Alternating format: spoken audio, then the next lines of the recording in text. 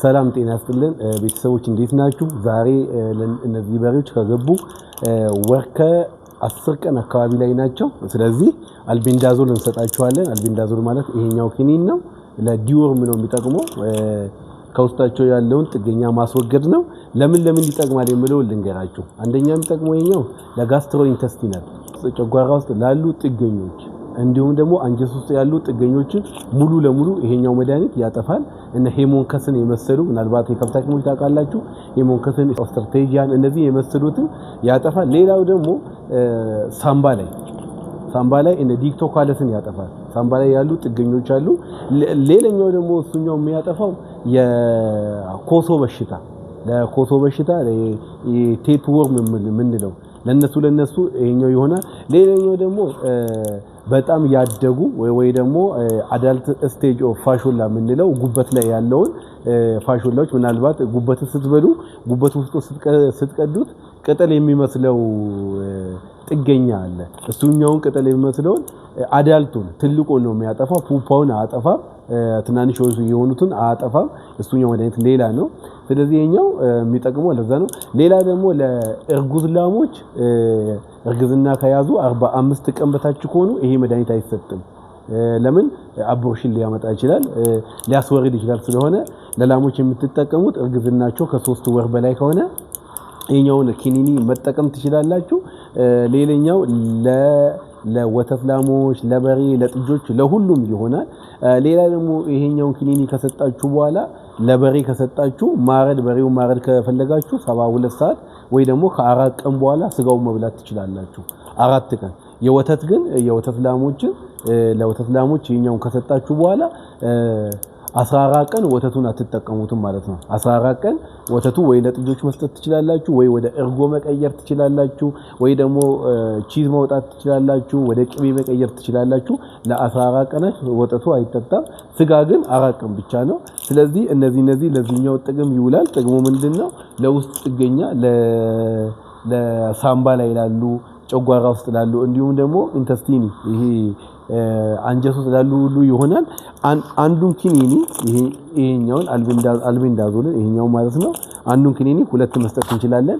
እንዳይባክን በውሃ እንዳሰጡ፣ በሃይላንድ እየበጠበጣችሁ እንዳሰጡ እንዳይባክን ማለት ነው። ይሄኛው ቦሊንግ ገን ይባላል። መስጫ ነው። እንዴት እንደምትሰጥበት አሁን አሳያችኋለሁ። ምናልባት እቺኛውና ሌላችሁ ሰዎች ገዛላችኋለሁ። ምንም ውሃ አትፈልግም። ብዙ የሰው ኃይል አትፈልጋችሁ። አንድ ሰው ከያዘላችሁ በጣም ቀላል ነው። ኪኒኒውን ይውላችሁ እቺን 2 ኪኒኒ በቀላሉ ማስቀመጫ ቦታ አለው። አሁን እንዲህ አስገብቻለሁ። በምንም ጭራሽ አይወርድም። አያችሁ፣ አይወርድም። ስለዚህ ይሄኛው መተኮሻ ነው። ይሄኛውን በዚህኛው 2 ጣት እንደዚህ ትይዛላችሁ። ከዛን በአውራ ጣት ይሄኛውን ይዛል እንዲህ ማለት ነው። እዚህ ስትተኩሱት ምን ይሆናል ማለት ነው? ኪኒኒውን እንዲህ ያመጣዋል ማለት ነው፣ በቀላሉ ማለት ነው። ስለዚህ ውሃ ምናምን አያስፈልግም። እስቲ ይሄ በሬ ሳይነሳ ልሞክረው። ይሄኛው በሬ እንግዲህ አሁን የሰው ጉልበት ሳይፈልገን እስቲ ብቻዬን ለማስዋጥ እየሞከርኩት ነው። እንዴት ነው ይቻላል ወይ የሚለውን ለማየት ነው። ይውላችሁ ምንም ሳይናገር እንዲህ በቀላሉ አንድ ሰው ብቻ ራሱ ማስዋጥ ይችላል። ይውላችሁ ይተፋል ወይ አይተፋም የሚለውን ቼክ እያደረግን ነው። በቃ አንድ በሬ ለአንድ ከብት ከሰጣችሁ በኋላ ደግሞ መልሶ በምላሱ ራሱን የሚልስ አፍንጫውን የሚያጸዳዳ ከሆነ ኦልሞስት ውጧል ማለት ነው። ስለዚህ በቀላሉ ብዙ የሰው ጉልበት ሳያስፈልጋችሁ እንዲህ መስጠት ትችላላችሁ። በብዛት ግን ሰዎች ምን ያደርጋሉ? በሃይላንድ ይበጠብጡና በሃይላንድ ከበጠበጡ በኋላ ወይ 5-4 ይሆኑና ግርግር ፈጥሮ ነው የሚሰጡት። ግርግር ሳይፈጥሩ መስጠት ይቻላል። ይውላችሁ ኪኒኒው ከውስጥ አይወርድም። አያያዝ አለው። ውስጡ መስቀመጫ ቦታ አለው። ራሱን የቻለ መስቀመጫ ቦታ አለው። ያያችሁት እንዳለው። ከዛ በኋላ እኔ ከኋላ እስካልመታው ድረስ ኪኒኒ ወዴትም መውረድ አይችልም። ስለዚህ አሁን ደግሞ እስቲ ለሌሎች ከብቶች መስጠት ሞክራለሁ። ምናልባት ጸባይ ካለው እንግዲህ እየተመለከታችሁ እንዳለው ይሄኛው ሁለተኛው ነው የምሰጠው። ምናልባት ሊረብሽ ይችላል፣ አይታወቅም። የሚረብሽ ከሆነ ደግሞ በሌላ መንገድ እንሰጠዋለን። አሁን ለዚህኛው በሬ መስጠት ሞክራለሁ። ኦልሞስት እያመነጀገ ነው ያለው። እንደምታዩት ያው እምቢ እያለ ነው። እምቢ የሚል ከሆነ ግን የሰው ጉልበትን አንድ ሰውን ብቻ መጠቀም ትችላላችሁ። ኦልሞስት አሁን እምቢ ብሎን ተነስቷል። ከተነሳ በኋላ ደግሞ እንዴት ነው ሰውን የምንጠቀመው የሚለውን ቀጥዬ ያሳያችኋለሁ። አንድ ሰው ብቻ በመጠቀም ወደ ኪኒኒ መስጠት መሄድ እንችላለን። ስለዚህ በሃይላንድ እየበጠበጣችሁ በእቃ እያደረጋችሁ ዝም ብላችሁ የምትሰጡ ሰዎች ይባክንባችኋል። ሌላ ደግሞ በሬው ራሱ ላይውጠው ይችላል። በውሃ የበጠበጣችሁን አንድ ስትበጠብጡ አሁን ለምሳሌ በየሰከንድ በየደቂቃው ለአንድ በሬ 2 መበጥበጥ ይሆናል። ለሁሉም በሬ በሃይላንድ የምትበጠብጡ ከሆነ ደግሞ በጥብጣችሁ ሃይላንዱን እየቀነሳችሁ የምትሰጡ ከሆነ ለአንዱ በሬ ምናልባት ከ3 ኪኒኒ እና ወይ ደግሞ ከ2 ኪኒኒ በታች ልትሰጡ ትችላላችሁ። ስለዚህ በጥብጦ መስጠት ጉዳትም አለው። ቀጥታ በጥብጦ መስጠት አንድ አፋቸው ላይ ይመራል፣ ሁለተኛ እነሱ አይውጡትም፣ ብዙ ነገሮች ይከሰታል። ስለዚህ በቀላሉ ማስዋጥ ይችላል። ለምሳሌ አሁን ይሄ በሬ እምቢ እያለን ነው።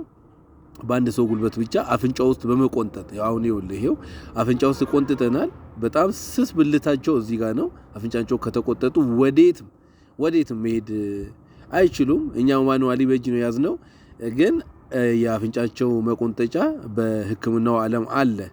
ስለዚህ ኖዝ ሪንግ ይባላል። በኖዝ ሪንግ መያዝ ይቻላል። ይሄኛው ነው አያችሁት። አሁን እዚህ ጋር በቃ በአንድ ሰው ትግል ብቻ ነው በቀላሉ እንዲያፍ ውስጥ ኪኒኒው መስጠት ይቻላል። ይኸውላችሁ እንዲህ ነው የሚተኮሰው። ከዛ ከተሰጠ በኋላ ለቃችሁ ታውታላችሁ። አፉን እያጸዳ ስላለ አፉን አጸዳ ማለት ነው። ኪኒኒ አፍ ውስጥ የለም፣ ወደ ኋላ አልፏል ማለት ነው። እና በቀላሉ አያችሁ ማስዋጫ ውስጥ ኪኒኒ ምንም የለም፣ አልቀረም። በዚህ መንገድ ኪኒኒን ማስዋጥ ይቻላል። አሁን ደግሞ እስቲ ወደ ቀጣዩ እንሄድና ቀጣዩስ ኪኒኒው ይሄኛው ነው። ይሄ ኪኒኒ አልቤንዳዞል ይባላል። ከብቶች በገቡ በወር ከ14ኛው ቀን ላይ መስጠት ትችላላችሁ። ለምን መጀመሪያ ላይ የሰጠናቸው መድኃኒቶች አሉ። እነዛ የወገናቸው መድኃኒት አብሮ እንዳይጋጩ የሰዓት ጋፕ ሊኖር ይገባል። በጋፑ መሃል ነው ይሄኛውን አልቤንዳዞል ምን ሰጠው። አልቤንዳዞል እንደነገርኳችሁ ለብዙ ለውስጥ ጥገኛ ለብዙ ይጠቅማል። እሱ የማይሰራው ጉበት ላይ ፋሾላ የሚባለውን ቅጠል መሳዩን ፓራሳይት ገና ላርቬና በፑፓ ስቴጅ ላይ ያሉትን አይሰራም። ግን አዳልት ስቴጅ ላይ ያሉ ትላልቆቹን ልክ ያደጉትን እንደ ቅጠል የሚመስሉትን እነሱን በትክክል ይገላል። ለትናንሾቹ ደግሞ ቴትራክሎዛን 3400 የሚባል አለ።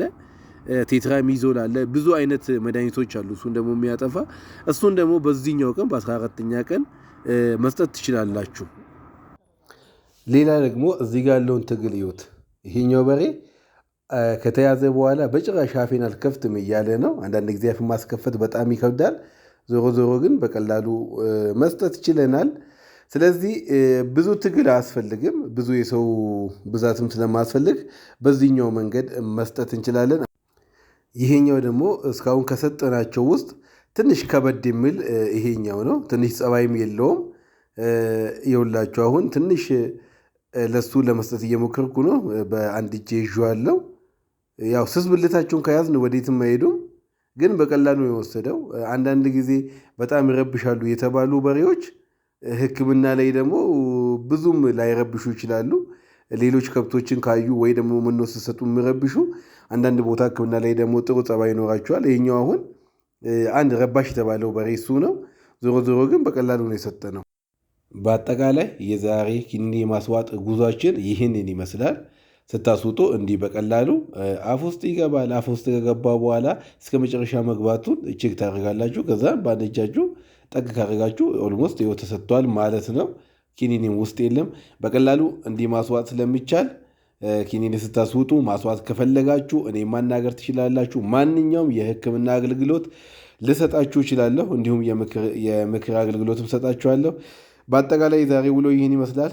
መልካም የስራ ቀን ይሆንላችሁ እላችኋለሁ። ባይ ባይ።